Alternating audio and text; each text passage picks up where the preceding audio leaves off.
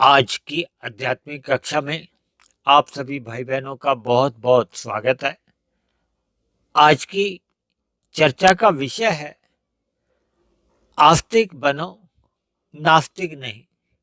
देखिए, ये साधारण से दो शब्द हैं, लेकिन कभी कभी इन दो शब्दों पर ही संसार के अधिकतर लोग अटक जाते हैं, उलझ जाते हैं और फिर कभी कभी भटक भी जाते हैं। देखिए, मेरा तो ये ऐसा मानना है कि इन दो शब्दों पर थोड़ा आदमी को मनन करना चाहिए, इस पर विचार करना चाहिए, चिंतन करना चाहिए।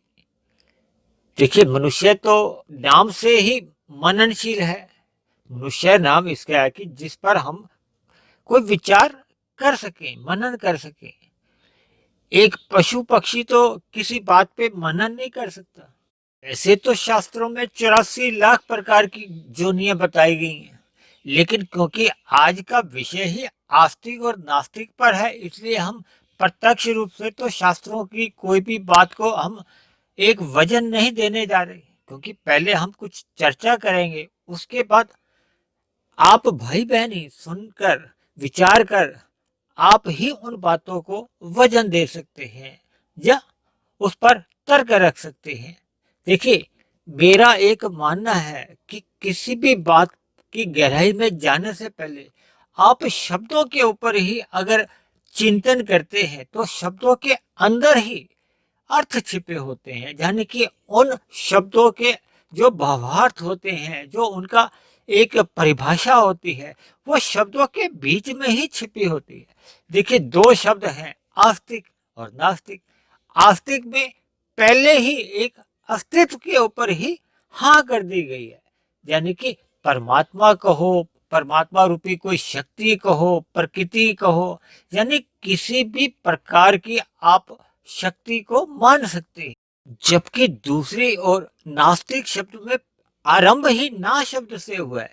दूसरे आसान शब्दों में आप यूं भी स्वीकार कर सकते हैं कि नास्तिक शब्द में अपने आप में ही कह दिया गया कि उस सत्ता को, उस शक्ति को आपने ना नहीं कहना, यानी कि आप आरंभ में उस शक्ति को, उस सत्ता को अपने मन बुद्धि में एक स्वीकार करके चलो। चर्चा को आगे ले जाने से पूर्व हम दो शब्दों पर और चर्चा कर लेते हैं। वो दो शब्द हैं जड़ और चेतन। देखिए, जड़ में अपने आप में कभी भी क्रिया नहीं होती, और चेतन शक्ति पाकर वो जड़ पदार्थ कहो या किसी भी प्रकार का कुछ अस्तित्व रखने वाला आप कोई जीव भी समझ सकते हो। क्योंकि देखिए, मनुष्य जोनि के अलावा हम अपने घरों के आसपास इतने जीव देखते हैं, उनमें भी तो देखिए एक चेतन शक्ति का वास है। यानी कि जड़ पदार्थों में कह लो या जड़ जो हमारे जीव हैं, देखिए आपका और हमारा शरीर भी जड़ पदार्थों से ही तो बना है।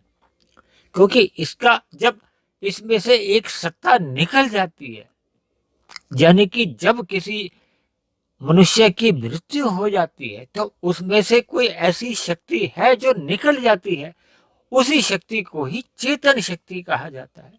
इस बात से तो कोई भी जुठला नहीं सकता ना कि कोई ऐसी सत्ता तो है जो उसमें से जाने के बाद जो एक पदार्थ है वो निर्जीव हो जाता है, यानी कि उसमें एक जड़ता आ जाती है, यानी कि उसमें अपने आप में कोई क्रियाएं नहीं होती, यानी उसमें जो चेतनता थी वो समाप्त हो जाती है। देखिए, हम 84 लाख जोनियों का अभी जिक्र नहीं कर रहे जो शास्त्रों में कहा गया है, लेकिन हम इतना तो मान ही सकते हैं कि मनुष्य के अलावा भी अनेक प्रकार के जीव हैं, भले ही वो आपने 500 देखे हैं या 5000 देखे हैं या 5 लाख देखे हैं, और नहीं तो फिर हम शास्त्रों की बातों को जो 84 लाख कही गई हैं उनको भी हम मान सकते हैं। अन्यथा हमने अपने अपने जीवन में जितने ये जीव जिनमें ये चेतन शक्ति का वास है, उनको तो हम उतनी संख्या तो हम मान ही सकते हैं, भले ही वो 10 लाख है, 20 लाख है, चाहे 50 लाख है। क्योंकि हम सभी मनुष्यों के पास देखिए शरीर, स्थूल शरीर से किसी भी प्रकार की अपंगता तो देखी जा सकती है, लेकिन हमारा जो एक अंदर सूक्ष्म शरीर है या सूक्ष्म तत्व है, जिसमें मन और बुद्धि मुख्य रूप से आते हैं, मन द्वारा और बुद्धि द्वारा किसी भी प्रकार की अपंगता तो नहीं देखी जा सकती। यानी सभी मनुष्यों के पास मन और बुद्धि दोनों ही बने रहते हैं। ये अलग बात है कि देखिए, मन और बुद्धि के जो एक स्तर हैं, वो शिक्षा के हिसाब से अलग अलग स्तर पे हो सकते हैं। ये शिक्षा भौतिक भी हो सकती है, आध्यात्मिक भी हो सकती है, क्योंकि अभी तो हम आस्तिक और नास्तिक पर ही चर्चा कर रहे हैं, इसलिए अभी हम भौतिक और आध्यात्मिक की बात कर ही नहीं रहे। दूसरी बात, देखिए, गणित में भी कभी कभी हम कोई प्रश्न का हल ढूंढते हैं तो सर्वप्रथम कुछ पहले मान लिया जाता है। इसी बात को आधार में लेते हुए मैं आप सभी भाई बहनों से एक विनती करता हूं कि मिले हुए जीवन में हम सभी मनुष्यों को परमात्मा रूपी सत्ता को सर्वप्रथम मन से स्वीकार कर लेना चाहिए, क्योंकि हम सभी मनुष्यों के पास एक बुद्धि तत्व भी है, यानी कि बुद्धि द्वारा हम मानी गई बात को बुद्धि के स्तर पर तोल सकते हैं।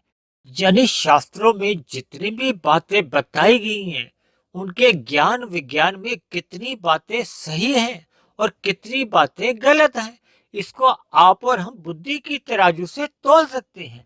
अगर शास्त्रों में कही गई बातें बुद्धि के स्तर पर 100% आपको सही लगती हैं, या आप तर्क बुद्धि के आधार पर उनको सही मानने को बाध्य हो जाते हैं, तब तो आप सभी को परमात्मा रूपी उस सत्ता को, जब परमात्मा के अस्तित्व को स्वीकार कर आस्तिक बनना चाहिए। यानी किसी भी प्रकार से हमें नास्तिक नहीं बनना चाहिए। दूसरी बात, शास्त्रों में जितनी भी बातें कही जाती हैं, उनको आपने अंधविश्वास में नहीं पड़ना, यानी कि अंधे होकर विश्वास नहीं करना। अंधविश्वास का मतलब ही यही है कि आपने आंख बंद करके किसी बात पर विश्वास नहीं करना, बल्कि परमात्मा ने आपको और हमें जो बुद्धि की तराजू दी हुई है, उस बुद्धि की तराजू पर हम शास्त्रों में कही गई प्रत्येक बात को उस बुद्धि की तराजू में रखकर तोल सकते हैं। देखिए, ये आरंभ में संभव है कि हमारा बुद्धि का स्तर अगर आरंभ में उतना ऊंचा नहीं है, तो हो सकता है आरंभ में हमें शास्त्रों में कही गई कुछ बातें असत्य लग सकती हैं, लेकिन जैसे जैसे हमारी विवेक शक्ति बढ़ती है, यानी कि हम बुद्धि के स्तर से और आगे निकल जाते हैं, तो फिर हमारी एक विवेक शक्ति जागृत होती है, जिससे शास्त्रों में कही गई बातें या हमारे अवतारों द्वारा जितनी भी बातें बताई गई हैं, उन पर फिर हमारा सहज ही विश्वास होने लगता है। क्योंकि कही गई सभी बातें भले ही अवतारों द्वारा कही गई हैं या शास्त्रों द्वारा लिखी हुई हमें मिलती हैं, वो सभी की सभी बातें व्यवहारिक होती हैं, तर्क संगत लगती हैं, यानी सभी बातें बुद्धि संगत लगती हैं। तब ऐसे में एक मनुष्य का अटूट विश्वास के साथ साथ अटूट श्रद्धा भी उत्पन्न होती है, जिसके फलस्वरूप मनुष्य का एक आध्यात्मिक यात्रा आरंभ होती है। तो फिर परमात्मा के मार्ग पर किसी भी प्रकार की उलझन या भटकाव आने का प्रश्न ही नहीं उठता। इसलिए मेरी आप सभी भाई बहनों से विनती है कि जीवन में परमात्मा में अटूट विश्वास रखते हुए परमात्मा का सत्संग करते रहिए, लेकिन ज्ञान और बुद्धि के स्तर पर सदा सावधानी बनाए रखें और सदा जागरूकता अपनी जगाए रखें। इसीलिए संसार में प्राय ऐसा देखा जाता है कि अंततः मनुष्य नास्तिक होते हुए भी कभी ना कभी किसी ना किसी स्थिति ऐसी बनती है जब मनुष्य आस्तिक बन जाता है। यानी कि परमात्मा को इसमें कोई जल्दी नहीं है कि आप आस्तिक बनो, लेकिन हमारे स्वयं के कल्याण के लिए हमें आस्तिक बनने में ही हमारा कल्याण छिपा है। यानी कि परमात्मा रूपी मंजिल की ओर हम जितना मनुष्य योनि में चलते हैं, हमारा स्वयं का ही इसमें कल्याण छिपा होता है। यानी कि मनुष्य का कल्याण परमात्मा के मार्ग पर चलकर ही होता है, और परमात्मा के मार्ग पर वही मनुष्य चलता है जिसकी परमात्मा पे पूर्ण रूप से श्रद्धा होती है। ये श्रद्धा केवल और केवल पूर्ण रूप से आस्तिक मनुष्यों की ही हो पाती है। तो इन्हीं शब्दों के साथ आज की चर्चा को हम यहीं विश्राम देते हैं। आप किसी भाई बहन का कोई प्रश्न हो, कोई बात समझ में नहीं आई हो, तो आप नीचे दिए गए कमेंट्स बॉक्स पर जाकर आप अपना प्रश्न, आपका कोई सुझाव हो या कोई आपत्ति हो, तो आप उसको भी लिख सकते हो। यदि आपको मेरे बने हुए वीडियो अच्छे लगते हैं, तो आपसे मेरी विनती है कि आप मेरे आध्यात्मिक ज्ञानात्मक चैनल को सब्सक्राइब करें, व अन्य जिज्ञासु भाई बहनों को भी ऐसा ही करने के लिए प्रेरित करें, ताकि समाज में सतोगुणी वातावरण ही आप सबको हमें दिखाई दे, ताकि हम सब जीवों का एक सुखमय जीवन बीत सके। इन्हीं शब्दों के साथ आज की चर्चा को अब हम यहीं समाप्त करते हैं। कल फिर मिलते हैं एक नए विषय को लेकर, एक नए संदेश के साथ। तब तक आप सभी भाई बहनों का बहुत बहुत धन्यवाद।